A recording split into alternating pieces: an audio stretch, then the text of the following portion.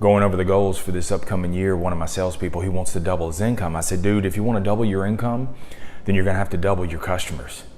And so we sat down to specifically figure out how many customers he's going to have to work with every single month.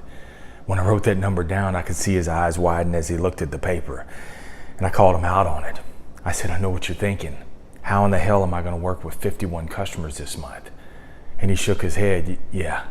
But when we broke it down to a per day basis, it's only a little over 2 customers every single day. So I had to talk a little smack to him. I said, dude, let me ask you this. Are you telling me in a 9 or 10 hour workday, you can't figure out how you can work with 2 customers hand to hand? That's it. It's a little over 2 customers every single day. You can't do that?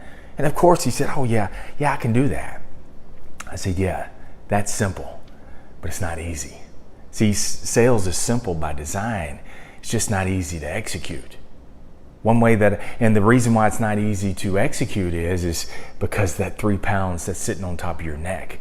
One way that your brain tries to conserve your ego, tries to protect your ego, it says, it's looking for time savers.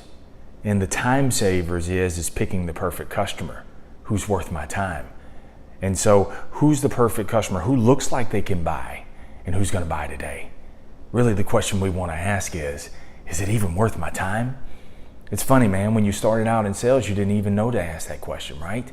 And so you spent most of your time every single day working with customers and very little time hanging out with salespeople. And today it's exactly opposite. You spend more time hanging out with salespeople and less time working with customers. Maybe you're asking the wrong question. See, you're self-sabotaging your success because when your mind flares up and says, is it worth my time? Well, you try to figure that out. You ask shortcutting questions, limiting questions. When your mind flares up and says, is this even worth my time? Is this lead, is this phone call, is this customer that I'm working with, is this customer even worth my time?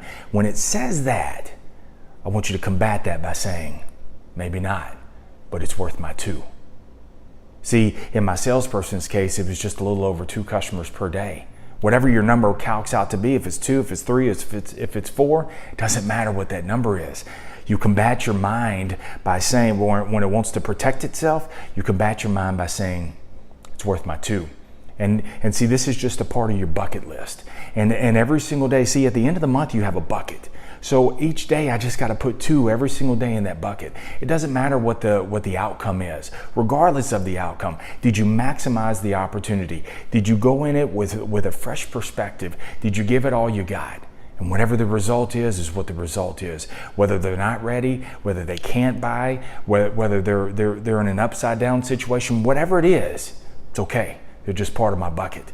You put them in the bucket, you move on to the next one.